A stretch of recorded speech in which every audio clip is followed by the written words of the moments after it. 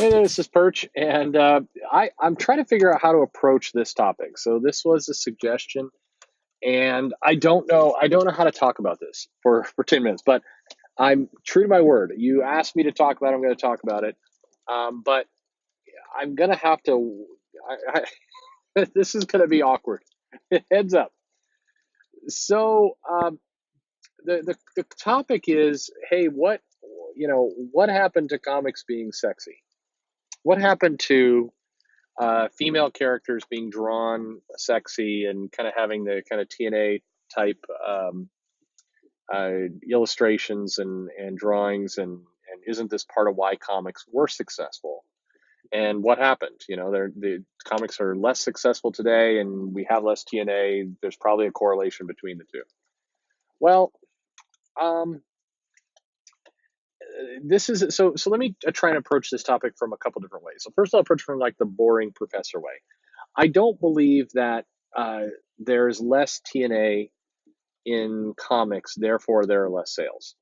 I do believe that the art quality in the past, which often included a lot of TNA, that it has suffered, and so the sales or the commitment or attachment to certain creators has suffered along with it. So by the way, by this I mean Jim Lee, legendary artist, could draw a lot of different things. You put Jim Lee and you have him drawing robots fighting each other. You have him draw Batman. It's great. Jim Lee draws lots of things. Jim Lee is not a quote unquote TNA artist. However, Jim Lee can draw a pinup like nobody's business. Jim Lee drew versions of the X-Men, running around with their clothes ripped off or whatever, and very, he was very popular. Um, by the same token, I think you look at a guy like Art Adams. So Art Adams, very popular artist, has been called at times a cheesecake artist. I don't think that's particularly fair though, because Art Adams, I mean, Art Adams drawing rocks on the ground is pretty great. Jim Lee, or sorry, Jim Lee, John Byrne is one who people have claimed draws kind of overly sexualized characters, and with She-Hulk and other things. But once again, Jim or okay, keep mixing up names. John Byrne would draw, the She-Hulk walking around her legal office, and you'd be like, this guy is amazing at architecture. So, I mean, these people were good artists. So I think they sold a lot of comics. They were very popular because they were good artists.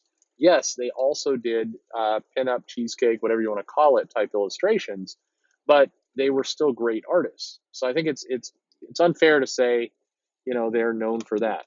More modern artists like Frank Cho has done a lot of cheesecake and has gotten a reputation for doing cheesecake, but still fundamentally a very good artist. I think that you have to kind of separate the two.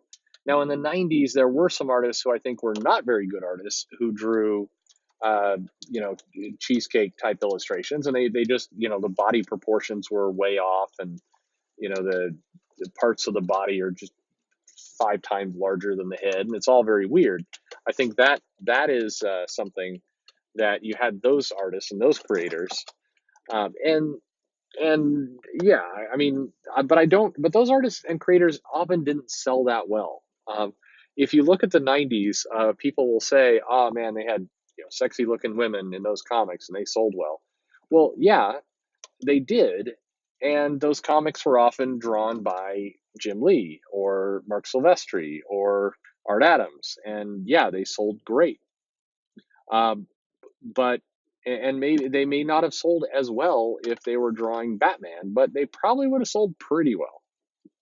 Um, I'm I mean, I'd have to really hear a compelling argument of Jim Lee wouldn't sell if he couldn't draw women. I'd have to. I mean, I'm sorry, I don't buy it. Um, All Star Batman accepting, and the Vicky Vale scenes. Still, I think Jim Lee is a very solid artist. So I but back to the original question, what happened? Well, I mean, taste changed, certainly, in terms of what was being focused, and you can make. I don't know where to go with you know did because on TV there used to be more cheesecake. I mean, you used to have Bud Light commercials where guys would walk into the desert, pour beer on the ground, and naked women would or bikini women would come out of it. And those ads were seen as sexist, and there was some outrage. And Bud decided that the amount of beer they were selling because of the bikinis was not equivalent to the amount of noise they were getting from the outrage, and so they stopped making those commercials. And was that so in terms of comics, similar things have happened. You can't have the female superhero just running around completely naked unless it's empowered. You can't do that anymore, and and not get some complaints. And so the comic companies are saying it's not worth the complaints that I'm getting to produce work like this. So I mean, they're making a business choice. I mean, maybe it's a bad business choice. I don't know. I don't think it would work out for them if Marvel suddenly said, you know what, screw it, we're going the other direction, and they went back. They drug up Sue Storm's old '90s costume with the boob window, and they went back to kind of the most extreme in the X-Men back when they just Polaris just running around in a thong. Some of the other things. I mean, if they went back and they suddenly started producing those comics, I don't believe the sales would go up.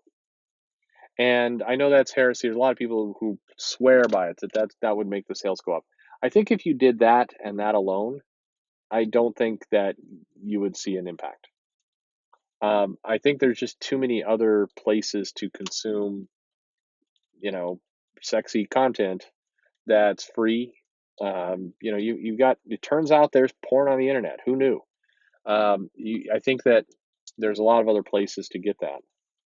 And I think that the tastes and styles have changed to some extent where there are definite people who love the 90s and want this content, but if you just reinserted it, it wouldn't, you'd have to do something more than just that. I think a lot of what worked during that time period for people was the price point. It was the kind of the way the stories were told, very serious. It was, I would bet actually that if you could only bring back one thing, Chris Claremont style story writing or sexy women in comics. I think the Chris Claremont level of story writing would be far more profitable than just putting in sexy women. I don't think that would do nearly enough to move the needle. I mean, some people would buy it, but there's too many other places to get that content that are cheaper, more accessible, probably give you a lot more of what you're looking for than just a crudely drawn image of Jean Grey in a thong. I mean, the other part is, I mean, imagine, okay, the editorial standards change and we go back to kind of the TNA looks of the '90s, but we're going to keep the current creative teams. I don't think that works. It wouldn't fit. Um, so I mean, it's a hard. I mean, maybe I'm wrong about this, but I think uh, it's definitely something that has changed. It's funny if you go through and you read big runs of comics, and I do it all the time. You go read through the Avengers in the '90s, and you read through the X-Men in the '90s. You read through some of these books, and you see the way kind of Cersei and some of the characters were drawn and rendered. It was they went all in on this stuff, but those comics are not necessarily thought of as amazing unless they had amazing art talent on them. And then it's more the art talent you're remembering than the TNA of the girls. I think that I'll say, where I think the topic gets kind of convoluted is that I think there has been an overcorrection to almost deliberately go so far away from that the drawings look even weirder by comparison. It's like it's kind of what a lot of people have pointed out with Captain Marvel, and I look at this. Man, I'm just gonna be. This video will piss off 100% of the people listening to it. Everybody is pissed, but I think I've heard the argument about Captain Marvel. It's like, hey, she's drawn more manly, whatever. And take that part out of it for just a moment, and just look at Captain Marvel in the '70s, the '80s, the '90s, and you just look at the character through the ages, and you see little changes through the years from the '70s. I mean, probably 80s to the 90s. You see definite, the thong, and you got more pictures of her kind of with her butt out and other things. But then um, then you see a dramatic change in how they styled her and drew her. And what always kind of irritates me is if you have a comic character and whatever reason you've gone with, you know, giant chest size, that was a choice. I'm sorry, publisher, you made that choice. You made the choice to do that to that character. So if suddenly you start to render that character with no chest at all, it looks weird. And I'm not saying that I'm not saying you should have giant giant chested heroes all the time, or some of the nothing. I'm making no judgment about the size. I'm making a judgment about the fact that you went from point A to point B, or more appropriately, you went from point double D to point A, and it just like what I mean, people are going to notice that. They're going to go, it's like if suddenly, it's like, hey, we've got Forge here, and I remember these same complaints came out where you had Forge, and he was, Chris Claremont there, romance with Storm, and he was a normal looking guy. He was muscular. He was in the military, but he wasn't. He was not super beefy. He wasn't Colossus type character. He was pretty. They drew him pretty average. And then there were some comics in the mid '90s come out, and suddenly like Forge is running around with a headband and a bazooka, and he's got like giant Colossus level muscles, and it's like he looks ridiculous. And people comment on like, what the hell happened to Forge? He looks absolutely ridiculous. How did he go from normal looking guy to suddenly, beefed up out of control? And that was, Bogno was like legendary for making these characters into these giant hulking. I remember Cyclops and Havoc also got this treatment during, I think, the Extinction Agenda, where suddenly they're running around like just just giant Schwarzenegger XL kind of characters. But people complained about it. It was off putting. And so same thing is true where you have a um, a hero character, and suddenly you make major body adjustments to them. And then the argument has always been, oh, wow, you're going to complain about that, but you're not going to complain about the realism of them flying around in space and shooting energy bursts out of their hands. Yeah, look, I yes, we all get that people can't really fly around and turn themselves on fire and, fly through space and all the rest. Yes, we get it. It's consistency. And I think that's the part that is hurting sales. That is the part that annoys people. It's consistency. It's, you had it one way, and then lo and behold, it suddenly became another way. And not gradually, and not over 20 years. We're talking over like 2 years or 1 year. Just suddenly it's dramatically different. And I think that's when people talk about kind of the loss of sexiness in comics.